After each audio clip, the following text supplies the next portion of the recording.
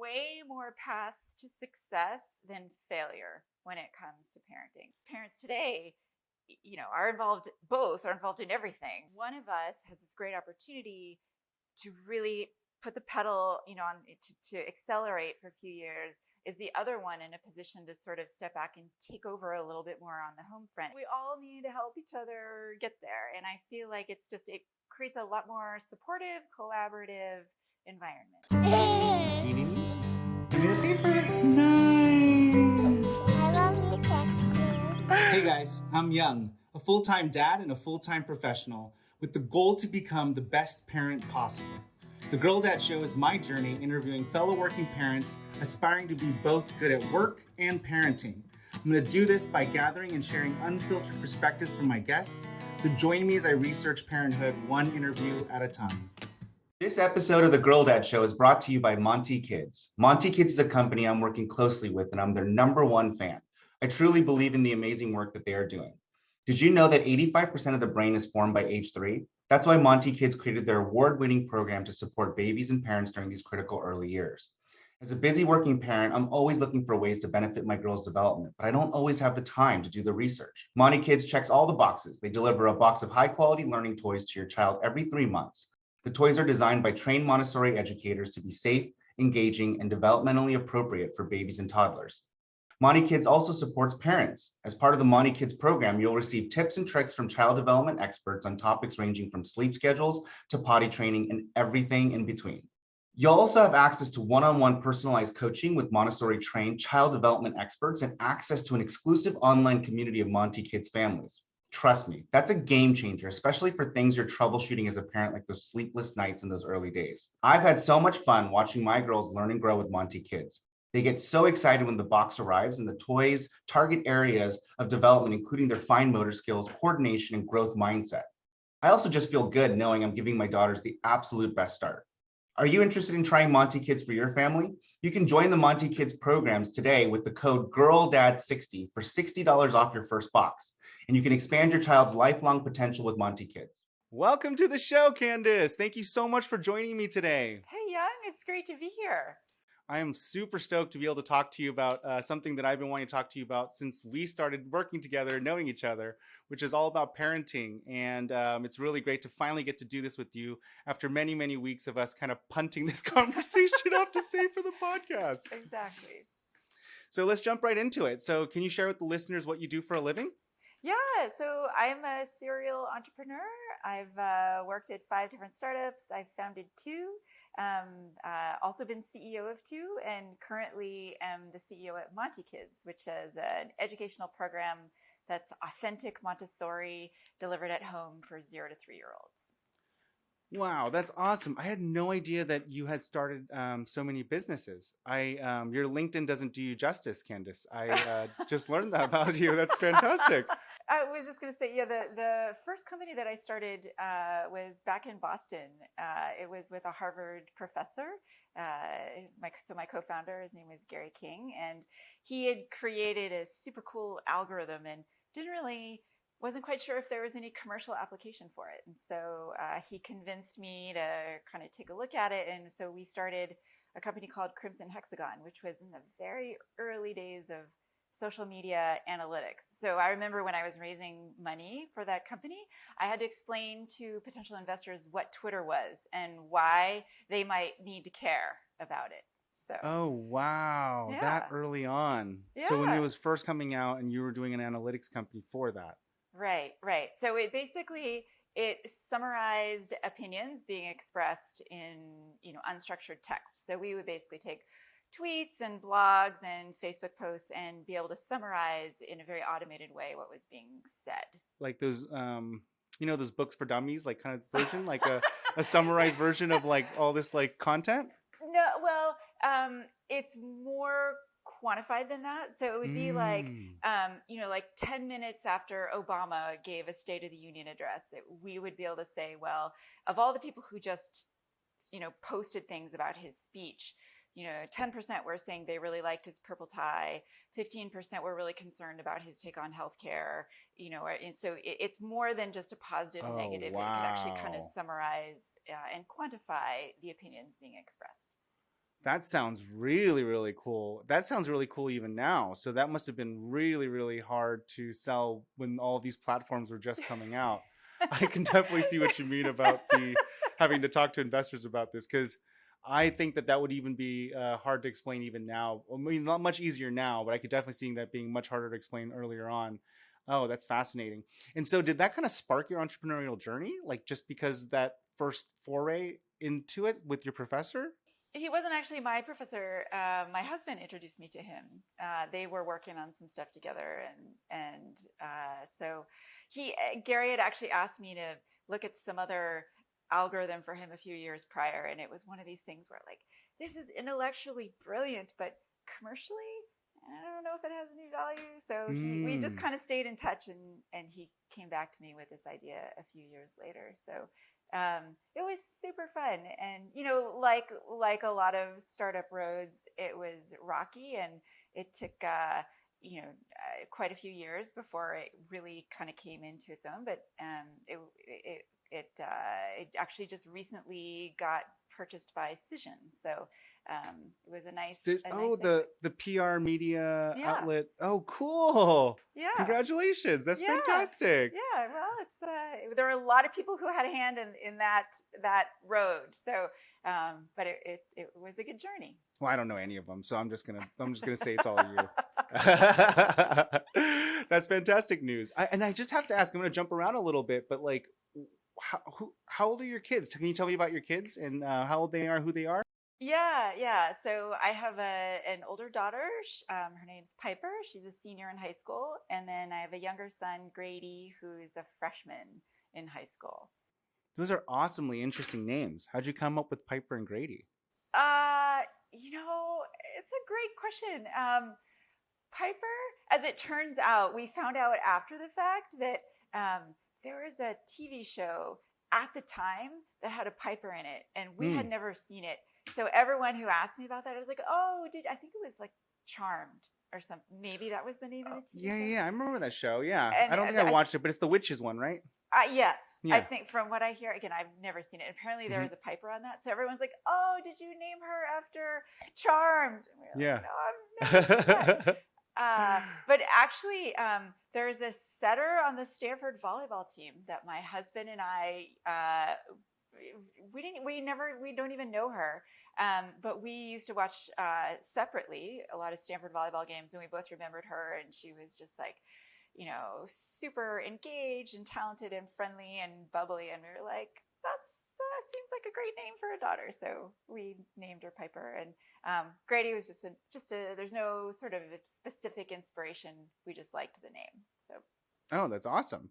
Yeah, I kind of wanted to jump around and ask because I was kind of curious what the timeline was. Like, when did you, because being an entrepreneur and having kids is not necessarily two things that people do around the same time, but it sounds like based on the timing you just listed, it might have happened pretty close together. Yeah, actually it did. In fact, I was literally writing the business plan for Crimson Hexagon starting 2 weeks after Grady was born. So I remember like sitting there nursing him, like writing the business plan.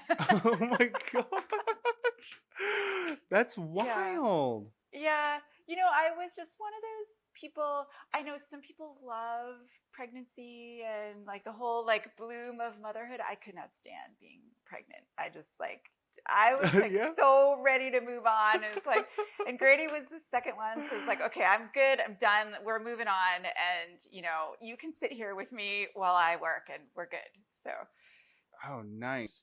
Yeah. And I think that it goes both ways. I mean, I'd say my sister is a lot like that as well, too, where she's like, she loves being a mom, but she also loves growing her career and kind of like going and being driven and moving forward with that. So I love that sentiment. I think that it's like one of those things that we're seeing more and more of, right? And as we progress. And so that's fantastic.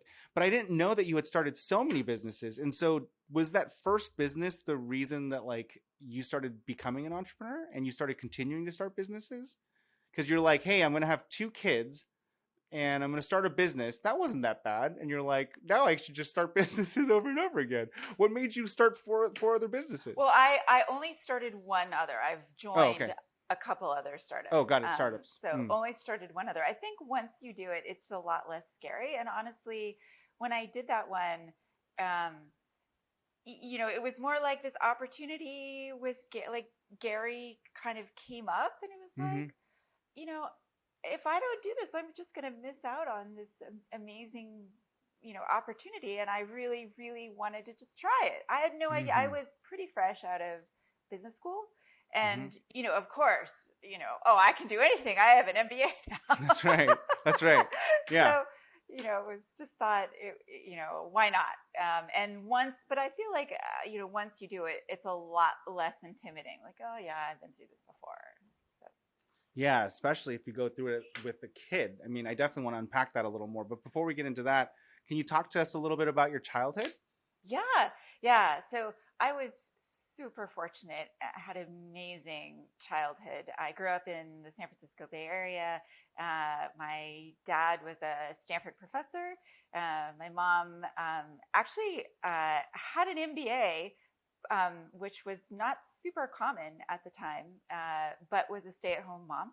And I have one older brother, so who is one of my all-time favorite people in the world. So I would say, a really idyllic, really happy, fun childhood. My parents, it was a very loving, close family. So I was really lucky. And your mom, although had an MBA, stayed home. Is that what you just said? She did. Oh, Yeah. cool. Does she also what does she think about you writing a business plan 2 weeks after having Grady? What was her response to that? And then you starting another business, and then joining multiple startups, and then now working at another growth startup. I mean, I'd love to hear what she thinks. Yeah, my mom has just always been 100% supportive of everything that I've done. So, at the time, I think she was like, "Are you sure you can take on all of this?" But, in true mom fashion, she's like, "Okay, well, if you're going to do this," she didn't live near us at all, when I was doing this. She's like, "Well, can I come visit and help take care of the kids? Can I find a meal service so can, at least feed you while you're doing it?" She tried in every way possible to be supportive, even if she wasn't, physically co-located with us. So she's always just been super supportive, which is something I think really important that I learned from her, is kind of taking your own, with regards to our kids, it's like, take some of your own opinions and biases out of it. Like, if this is something that they want to do, like, the best thing that you can do is sort of, help them on that journey. And what journey are they on? I mean, I'm curious now, because it sounds like they have both types of parents, right? Because it sounds, and grandparents to that degree. So they've kind of experienced a wide variety of different types of people in their lives. Are they kind of taking after you and going down the entrepreneurial route, or are they being more academic, or where are they headed? Well, it's from the entrepreneurial side, it might be a little early to tell. I don't know if you see this with your family at all, but our kids, there is no question that they are genetic relations of mine and my husband's. So Piper, personality-wise, she's so much like me, and Grady, personality-wise, is so much like Lee. And what gets super fun is, so she's so much like me, with a lot of the same things that about myself that annoy me,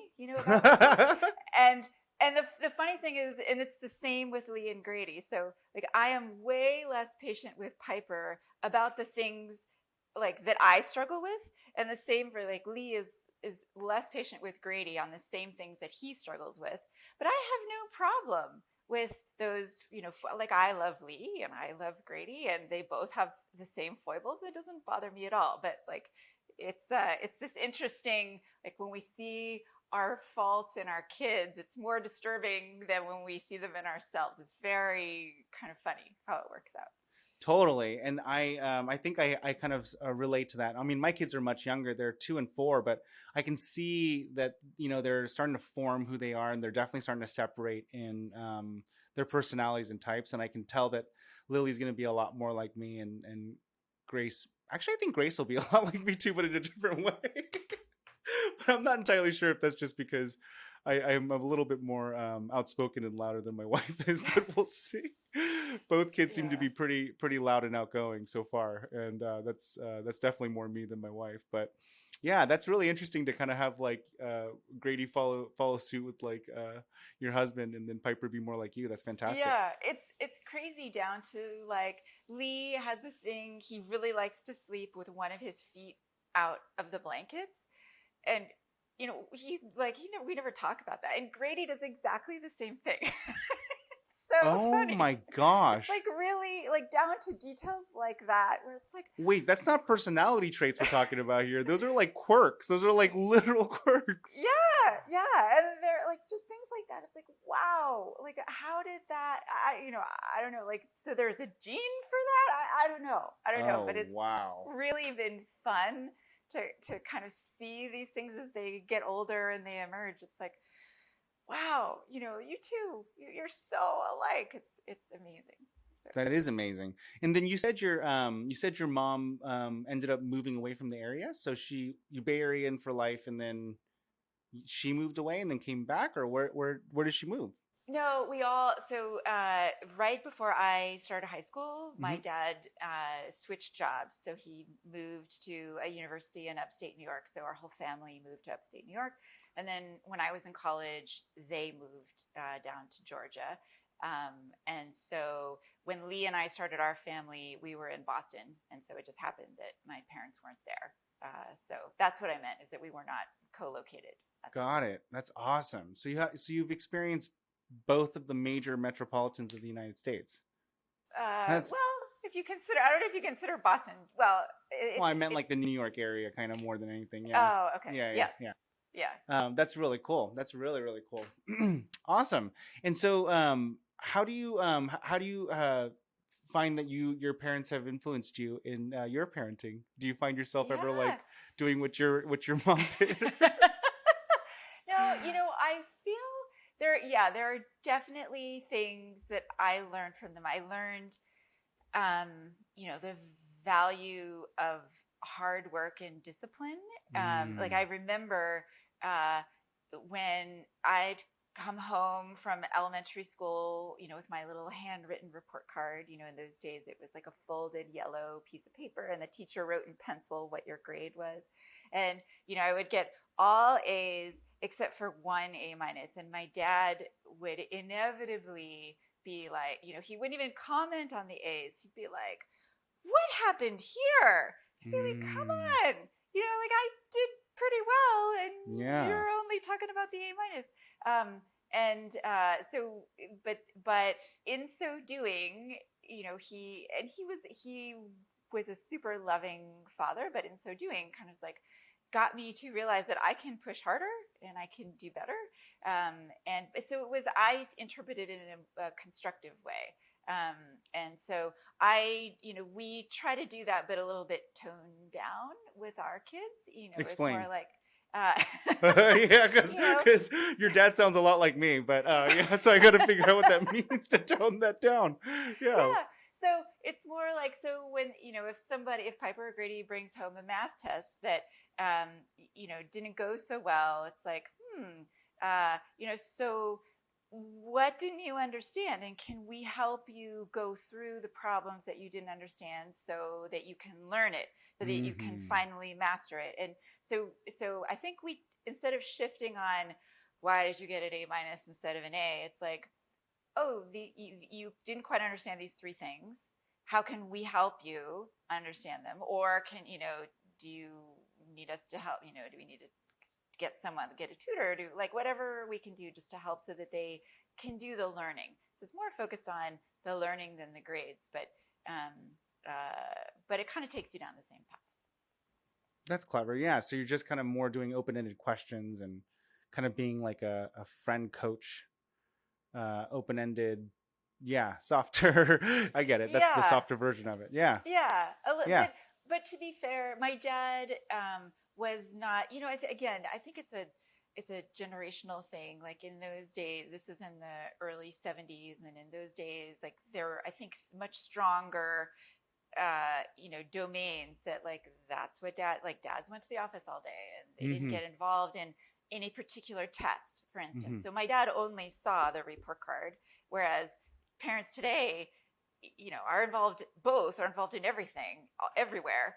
That's right. And so you have a lot more visibility to the homework from last night or the test from last week. And so you actually get to see like, oh, well, you had trouble with fractions, let me help you with that. Cause I just want to make sure you understand it kind of thing. So it's a little different.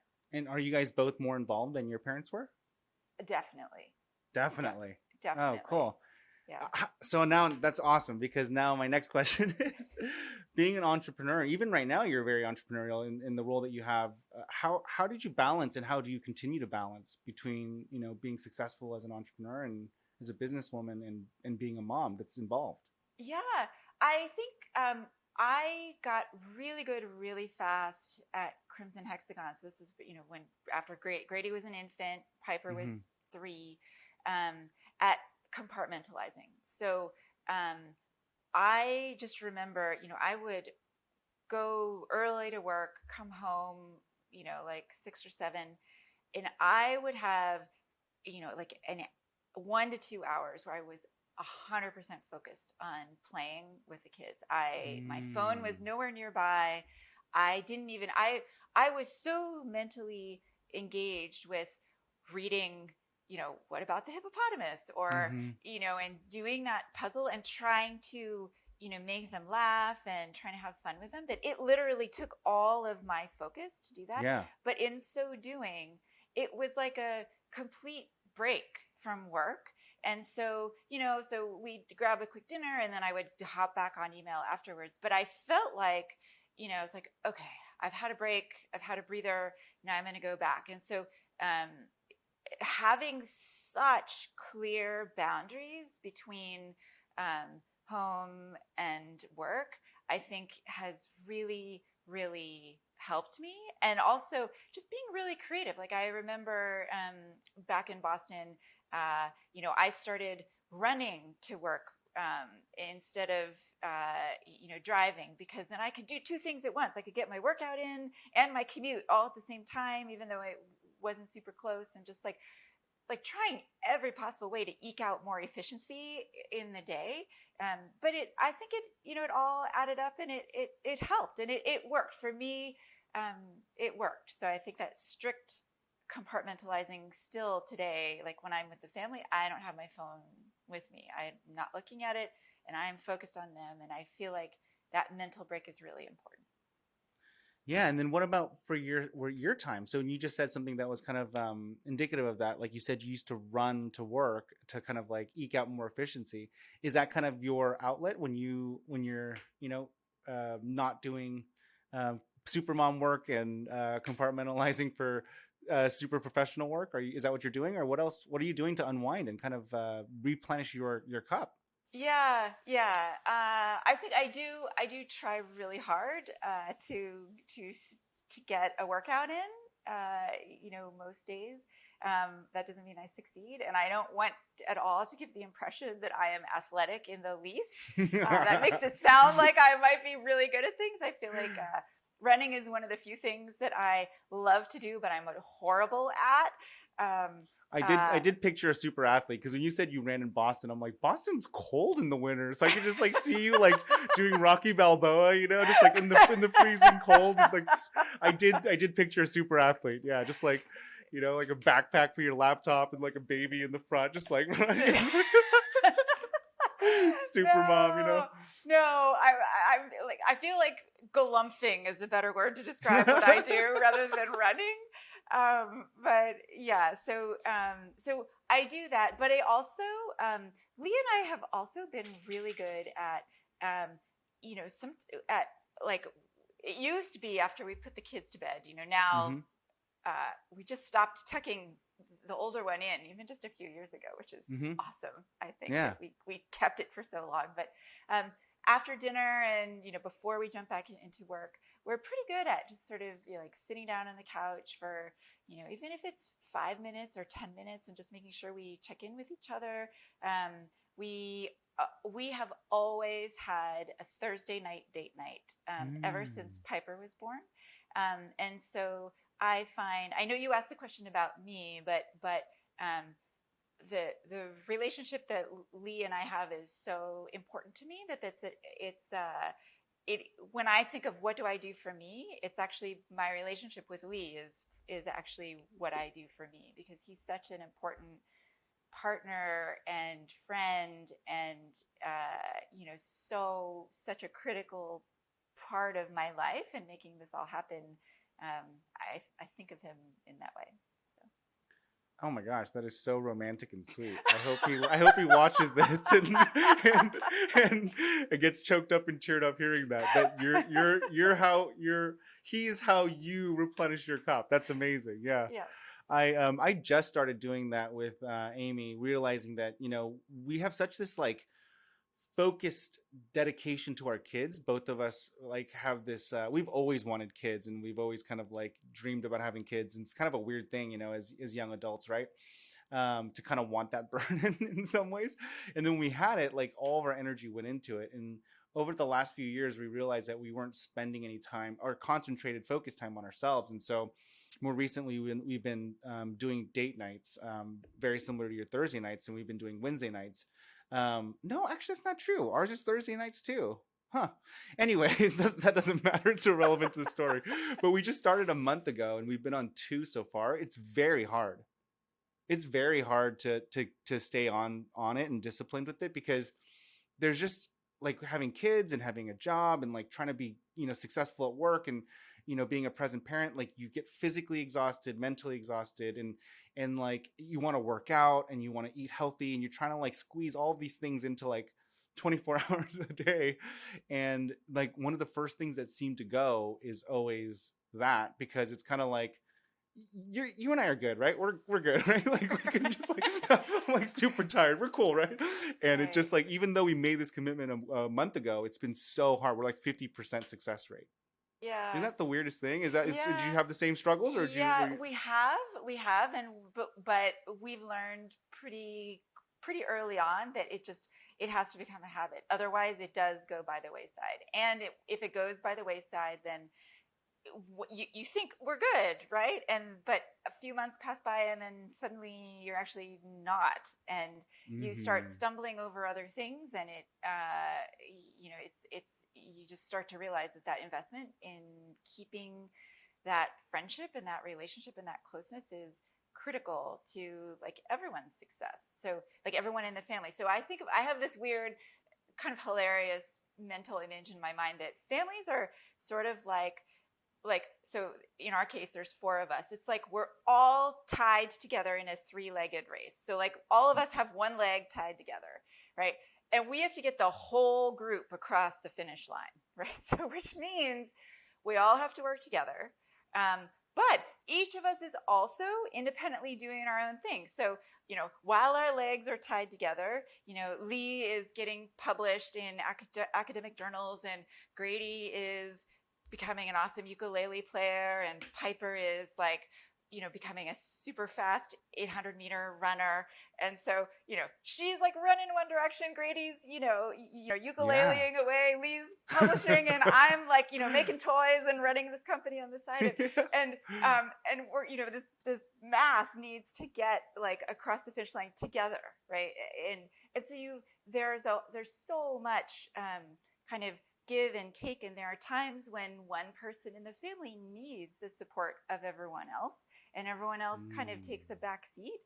But it's so important that pivots, right? Because if it's always one particular person, then everyone else doesn't get to achieve what they need to achieve. But we all kind of recognize that and support each other at different times. And so I know it's a kind of crazy, mental image, but I feel like that's the way I think about it. It is a very interesting imagery that is popping through my mind. Yes, very much so. But when you explain it and you think about it, it makes so much sense, because there is a level of fun, but there's also a level of work that comes with doing a 3-legged race. And so you can obviously imagine the physical strain, as well as the mental and emotional strain, the amount of communication you need to do, the amount of fun. It's still fun, but it's also like not painful, but like stressful, but like it's like gratifying. And then you do it together, and then you're like, I could definitely think that this is a really great example to illustrate your point. I think it's a really great example. Yeah, you should totally stick with it. You should write a blog about this. No. This is great. This is a great point. I think it's a great metaphor and a really great example of what a family unity means. I do have to ask, though, if you don't mind me diving a little bit deeper, have you had a situation where someone kind of monopolized the three-legged race? I don't think for too long. I think it's a sort of a self-correcting thing because there are definitely times It's just tons of judgment from the other three. Everyone just starts like giving them the cold shoulder in the house across the salad, like yeah, exactly. Yeah. Self-correcting, yeah, just a ton of glares. Yeah, it's more because other things come up that are really great opportunities or really exciting for other people in the family, and I think it's a little bit easier. Well, at least it has been for us so far with the kids. It's like they have an activity that they get super excited about, and then to what extent are we all gonna like get up at 6 o'clock in the morning to drive to the track meet 4 hours away, or so it's a little bit I feel like it gets harder when it's the careers, right? It's more like, so one of us has this great opportunity to really put the pedal on to accelerate for a few years. Is the other one in a position to sort of step back and take over a little bit more on the home front? And we have had very explicit periods in our marriage where it's been like, okay, now it's Candace's turn, and Lee has totally stepped up and done more stuff with the kids and more stuff with the house and sort of dealing, and then that will go for a little while, and it will sort of reach a point, or something will come up for him. They'll be like, what, this is something you can't pass up. I'll take a little bit of a step back and be a little less aggressive, and I'll be the front line at home. And we've like actively discussed these trade-offs and periods during our marriage and I think that has served us really well, because we feel like we're total teammates in getting everything done. So that's amazing. That's a really, really, really great way of mechanicalizing parenthood. I mean, I guess it's operationalizing it, really, right? Because you're communicating the needs, you're articulating the thesis, and then you're basically coming up with like a standard of like care level of priority, and you guys are basically taking turns. That's like the ultimate example of good partnership and good business dealings. That's awesome. Yeah. Well, I'm super lucky. Lee is phenomenal. If you can't tell, I think the world of him. Yeah. Do you do this with your kids too? Like where you have these kind of check-ins with them and like just calibrate? It's a good question. Well, I think we do it in the context of, in their own worlds, to help them prioritize things. So it's like, you do realize that if you decide to spend all this time running track, that you're going to have to give up, other things, or, and sometimes it is, well, if you do that, then I won't be able to do this. And so, I just want to make sure it's not like putting a guilt trip on them, but just making them more aware that their decisions impact more than them. Because it's true. One child's decision on activities that they want or the way they approach school actually can impact everyone in the family. And so, yeah, it's a three-legged race. Yeah, it's not just about them. And I think that kind of awareness and understanding is a great thing to carry with you in life. Like when you're working, right? Everything you do as part of a team at a company impacts the other people around you too. And it's kind of the same thing. Like Monty Kids doesn't win if I get across the line. Like Monty Kids wins when all of us, with our legs tied together, get across the line. So like we all need to help each other get there. And I feel like it creates a lot more supportive, collaborative environment. That's awesome. And so do you feel like you are kind of employing the same techniques at work that you do in your family? I think to some degree, it's a little bit,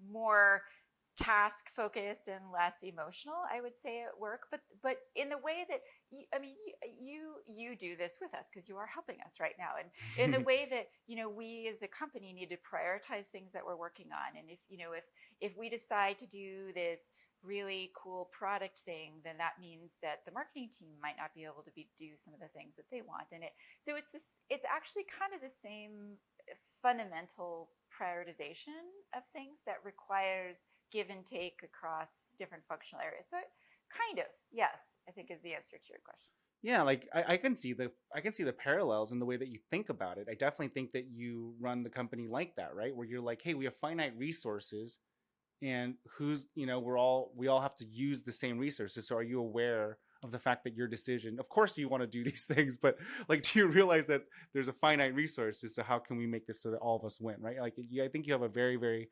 clear vision and articulation of that as you lead the company. So yeah, I think there is quite a bit of parallels, maybe not as emotional, like to your point, but I think the concepts carry over pretty well. Yeah, that is interesting. Yeah, very cool. Yeah. And so if I can ask more directly, like, so is that how you qualify success in both business and parenting?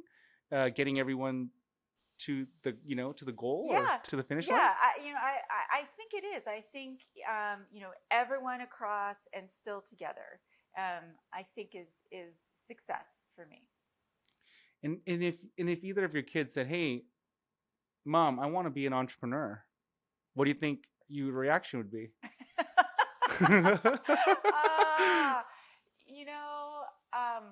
I would probably say, by the way, I don't know that they will. After having seen me go through this, I think we are now having that conversation where we're like, you guys got to work hard in school so that you can get a job that you like. And they look at us and they go, like you? And we're like, really? No, we do like these jobs. You hear us complaining, sometimes, but we do like these jobs. But I think it would surprise me a bit, but it also, I feel like the excitement of being an entrepreneur is undeniable. And so I would be like, yep, I understand. You can't say no. So, I was there. So what can I do to help? That's awesome. Yeah. That's awesome. And then who's musical, or did Grady just pick that up by himself? Lee's musical. Phenomenally musical. He was a French horn prodigy. Wow. He played in our wedding. As I walk up the aisle, he and his parents played music, which was really, really Wait, stop. Did you just say him and his parents? Yeah. So he comes from a musical family. Very musical family, yes. Oh, cool. So both parents played with them? What did they play? They both played a variety of different brass instruments. So they're a brass family. But his is the French horn. He hasn't played since our wedding.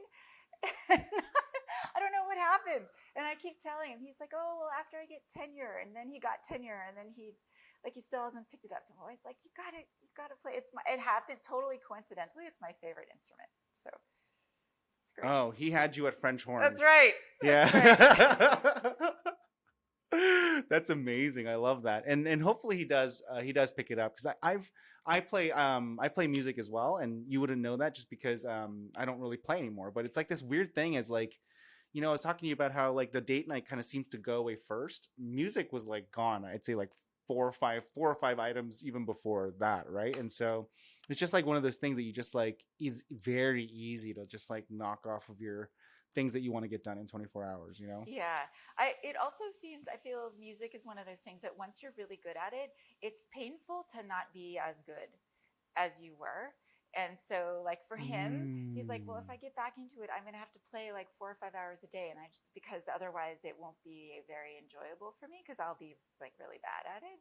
And so it's a big commitment because of the level of proficiency, or at least that's I'm talking I know what I'm talking about. This is more what he's explained to me. Yeah. No, this is really great, because then now I could basically just tell everyone that I'm usually really, really good, but this is because because I'm so rusty, and I'm just going to point to you in this podcast to confirm that this is why, and it's totally validated. Yes. And I'm actually an amazing musician. Yes. Yeah, this is perfect. Okay, great. Yes. Awesome. And then I do want to make sure that we take the time to ask some rapid fire questions. So if you don't mind me switching gears a little bit and shooting off some questions I like to ask every guest, that'd be really great. All right. So number one, what advice do you have for other parents and soon to be parents? Yes. So I will share a piece of advice that Gary King, my Crimson Hexagon co-founder, gave to me. He had a daughter who was a few years ahead of us. And I remember, in one of those really dark times, he was like, every day T is better than T minus 1 when it comes to parenting. And he was a math guy, well, he's a statistician. Every day T is better than T minus 1. So, okay, got it. Okay. Things just keep getting better with parenting, and that's what I would say. Everyday T better than T minus 1. Yeah, it took me a minute to like do the math. The T minus 1 is deducting it. I'm like, wait, what? Yes. It's like you're talking about the inverse. Okay, sorry, I'm just not that smart. No. But I got it. I got it. Very good advice. That's awesome. And so that's your advice to other parents, is just to like know that it's going to get better every day. Every day, every phase is better than the last. So. What's the best phase? I don't know, because I'm not there yet. I like the next phase that we're going through is going to be better than the one we're in now. Oh, I love it. Yeah. Sticking right to it. I tried to get you off balance, but you just stayed right on. That was awesome. If you could go back and tell yourself one thing before having kids, what would you tell yourself? That there are way more paths to success than failure when it comes to parenting. I think I totally fixated on, well, what's the right way to do this? And actually there are a million right ways to do it and way fewer wrong ways. Yeah. And then isn't it also so funny because like they're so resilient. They're so resilient. And it's just like, you really can't mess up as long as you are well-intended. I think so. Yeah. I know other parents who did exactly the opposite things as we did. And, the kids are all great. So it's fine. Yeah.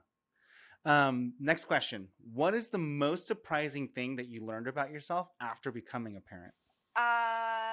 That seeing the kids' happiness is like 1,000 times better than things that just make me happy. So like their happiness is the most gratifying thing in the world. And so the most concrete example I can give is, when they're super young and they give that belly laugh that just like literally their little belly is going, ha, ha, ha, and it just, it's like this pure joy. Like trying to get that out of them is the best. Like it's 1,000 times better than my own, like me laughing at someone's really funny joke. So like their happiness like translates into exponential happiness for me. That's what I found and what I learned about myself. Wow, I love that. That's awesome. Just out of curiosity, was that a bit of a surprise? You weren't expecting that? Yeah, no, I figured, I consider myself to be a sort of generally happy person, and I just thought like I might like to make people happy, but the extent to which their joy brought me joy, I never expected. Yeah, because you said like 1,000%, right? That's like a lot of X's. Yeah, that's awesome. All right. So what is your all-time favorite business book? I'm a bit of an old school person. So I like Jim Collins' Good to Great, mostly because of the level 5 leadership thing. That really speaks to me. Oh my gosh, that's awesome. Yeah, that's really telling as well too, Candace. You're like, that's not a surprise. That makes a lot of sense. Yeah, that's awesome. It makes a lot of sense. I love it. Now I'm going to go brush that book off. It's actually sitting right there. So nice. I'll go brush it off and read it. It's a really good book. Yes. It's actually this is neither here nor there, but that's actually one of my weaker points. So like I'm really good at like bad to good. I'm not the best at good to great. Yeah. I'm the bad to good guy. So anyways, just because I just learned something about you, I just wanted to make sure you knew something about me. And then my last question, I added one more that over the last few episodes that I just think is really fun, but we kind of talked about it already, but I'm still going to ask it. Yeah. So when you're not being a super mom and a super professional, what are you doing for fun? So I do exercise, but I do go on dates with Lee. But I love to cook, and anything and everything. I'm a huge cooking fan. And I love to read, and you're going to probably, this is so weird, this tradition that we have, but we still read out loud as a family. So like one of us will read the book, out loud to the rest of the group. So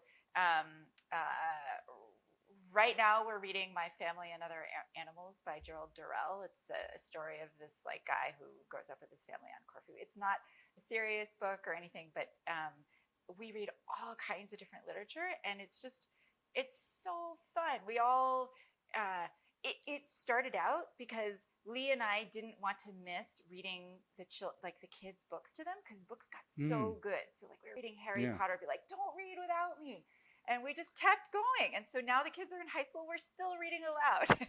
And so that's amazing. I love it. It's so fun. I can't wait till Amy hears this podcast because she's going to want to employ this thing too. So when do you read? Is it over while you're cooking?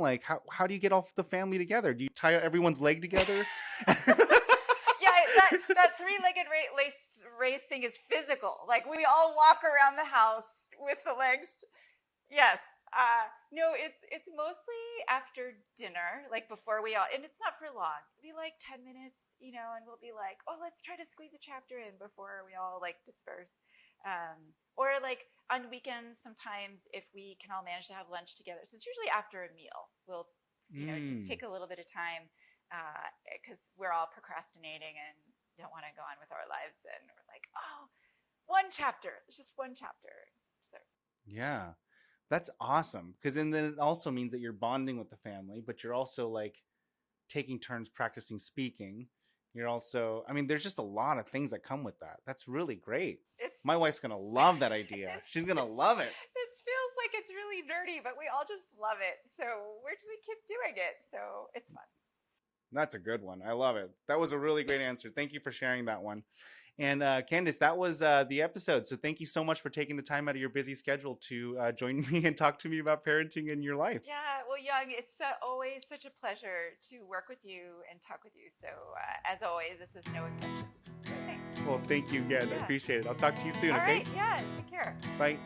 Thanks for tuning in to another episode of The Girl Dad Show. We really hope you enjoyed that interview. And as always, please take a moment to review, rate, and subscribe.